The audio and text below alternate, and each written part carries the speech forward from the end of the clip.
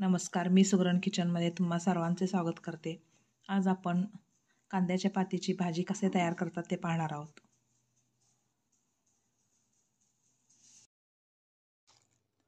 कांद्याच्या पातीची भाजी करण्यासाठी मी एक जुडी कांद्याची पात घेतलेली आहे. आता हे स्वच्छ निवडून चिरून घेते. कांद्याची पात स्वच्छ निवडून घेतलेली आहे. एक पुढच्या बाजूला जे कांदा असतो ते काढून घेतलेलं आहे. आता ही पात मी स्वच्छ निवडून धुवून घेतलेली आहे. आता हे बारीक चिरून घेते.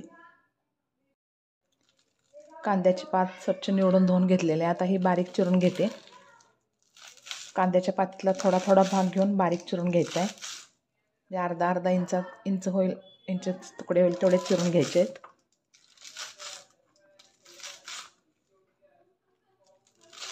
असंच मी सर्व कांदा पात चिरून घेते.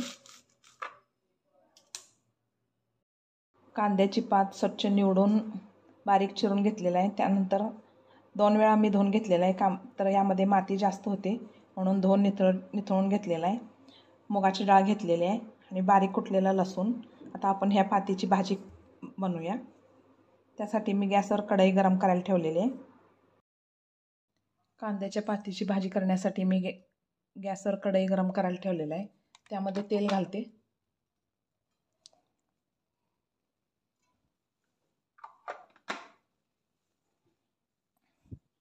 तेल गरम झालेलं आहे. अर्धा चमचा मोहरी घालते.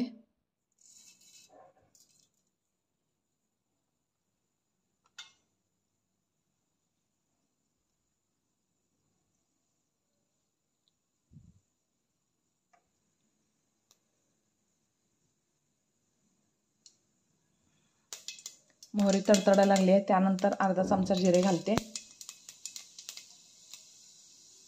त्यानंतर बारीक कुटलेला लसूण,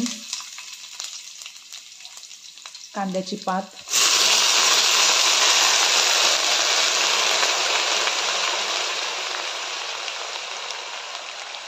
भिजत घातलेली मुगाची डाळ सर्व मिक्स करून घेते. कांद्याची पात, मुगाची डाळ सर्व मिक्स करून घेते हे आणि 1-2 मिनटं परतून घेते हे सर्व.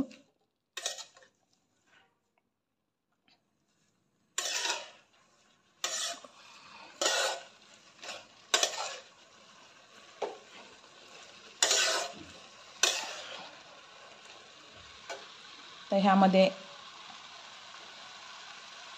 अर्धा चमचा धने पावडर घालते.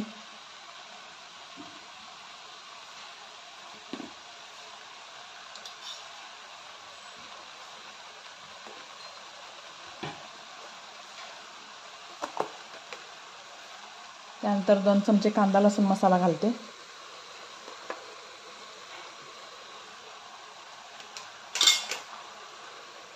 हे मिक्स करून परतून घेऊन ह्याच्यावर झाकण ठेवून मीठ नंतर घालायचं आहे.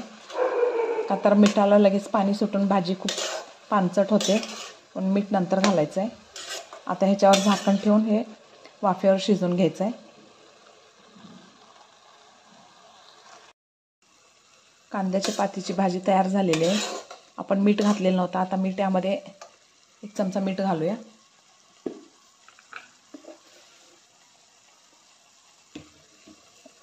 मीठ आणि थोडंसं शेंगदाण्याचं कूट घालते.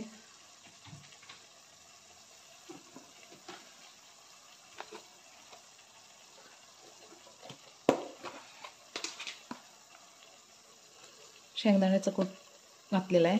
आता हे सर्व मिक्स करून झाकण ठेवून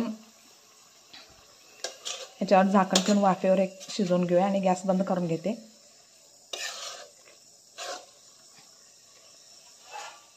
तर ह्याच्यावर झाकण ठेवून कढई गरम आहे त्या वाफेवरच ही भाजी शिजते. गॅस बंद करून घेते.